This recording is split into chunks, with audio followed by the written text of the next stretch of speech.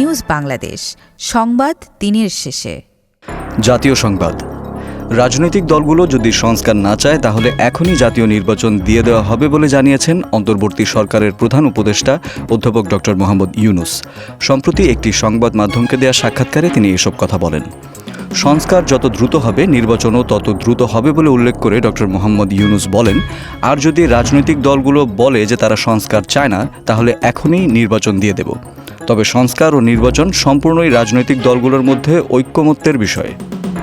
কারণ দেশের জনগণের প্রত্যক্ষ মতামত নিতে হলে গণভোটের আয়োজন করতে হবে।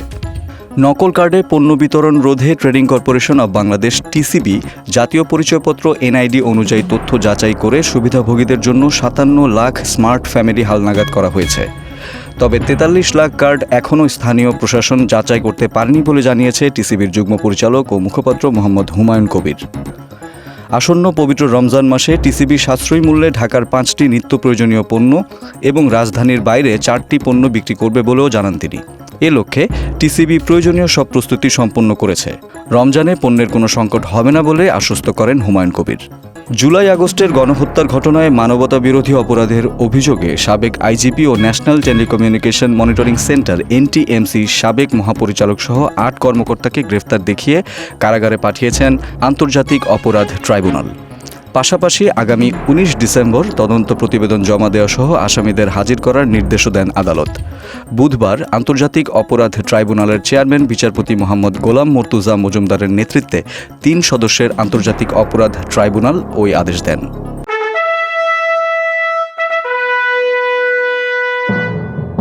রাজনীতির সংবাদ।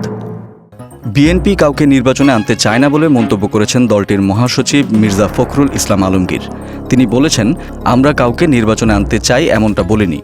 গণমাধ্যমে বিষয়টা সঠিকভাবে আসেনি। আমরা বলেছি আওয়ামী লীগ রাজনৈতিক দল, নির্বাচন করবে কি করবে না তা নির্ধারণ করবে জনগণ। জনগণ সিদ্ধান্ত নেবেন কারা রাজনীতি করবে, কারা করবে না। বুধবার ফেনীর বেগম খালেদা জিয়ার পৈতৃক বাড়িতে বন্যায় ক্ষতিগ্রস্ত শিক্ষার্থী ও জনসাধারণের মধ্যে শিক্ষা উপকরণ ও ঢেউটিন বিতরণ অনুষ্ঠানে একথা বলেন তিনি। এ সময় মির্জা ফখরুল বলেন, আওয়ামী লীগের দস্যুরা পালিয়েছে। দেশের সবাইকে ঐক্যবদ্ধ হতে হবে। নতুন সরকার জঞ্জালগুলো পরিষ্কার করে একটি নির্বাচন দেবেন। সে নির্বাচনের মাধ্যমে দেশ এগিয়ে যাবে। আন্তর্জাতিক সংবাদ। ফিলিস্তিনের অবরুদ্ধ গাজা ভূখণ্ডে ইসরায়েলি বর্বর হামলায় প্রায় ১৩.৫ মাসে নিহতের সংখ্যা প্রায় ৪৪,০০০। আহতের সংখ্যাটাও লাখ পেরিয়েছে। নিখোঁজ মানুষের সংখ্যাটাও অনেক। কাতার ভিত্তিক সংবাদ মাধ্যম আল জাজিরার এক প্রতিবেদনে এই তথ্য জানা গেছে।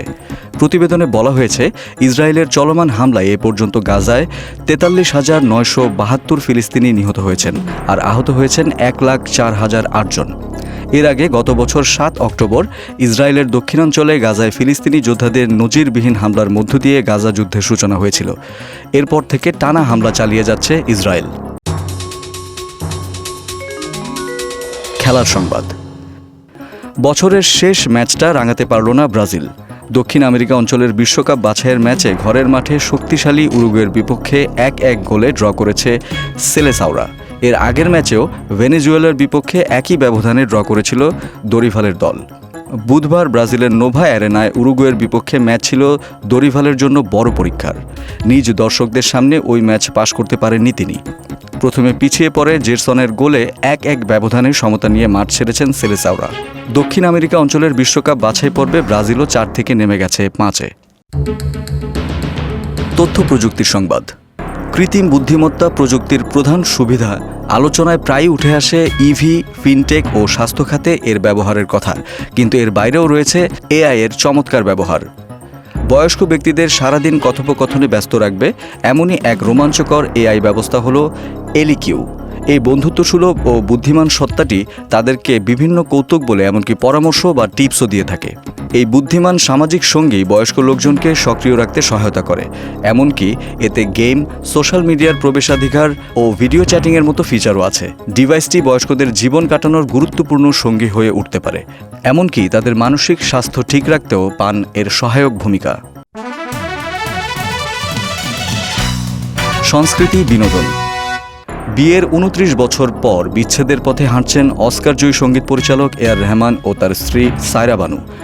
সম্প্রতি এ প্রসঙ্গে সায়রা বানুর আইনজীবী বন্দনা শাহ একটি আনুষ্ঠানিক বিবৃতিও প্রকাশ করেছেন। বিবৃতিতে বলা হয়, সায়রা বানু ও তার স্বামী প্রখ্যাত সঙ্গীত পরিচালক এআর রহমানের পক্ষ থেকে বন্দনা শাহ অ্যান্ড অ্যাসোসিয়েটস এই বিবৃতি প্রদান করছে।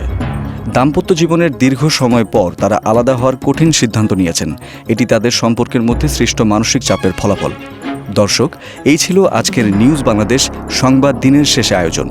দেশ বিদেশের প্রতিদিনের সব শেষ সংবাদ জানতে চোখ রাখুন www.newsbangladesh.com-এ। লাইক শেয়ার দিয়ে সঙ্গে থাকুন নিউজ বাংলাদেশের ফেসবুক পেজ ও ইউটিউব চ্যানেলে। ভালো থাকুন, সুস্থ থাকুন। আল্লাহ হাফেজ।